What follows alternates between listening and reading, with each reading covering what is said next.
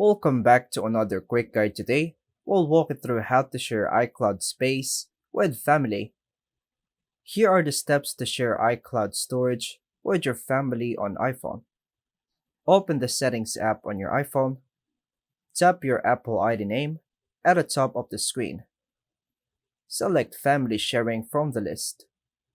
If you haven't set up family sharing yet, set up your family by tapping Continue, go to Subscriptions, choose iCloud Plus under Shared Features.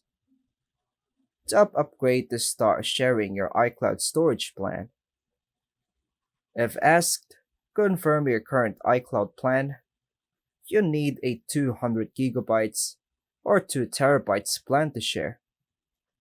Tap Share with Family to enable sharing. Next, tap Add Member to invite family members. Choose how to invite.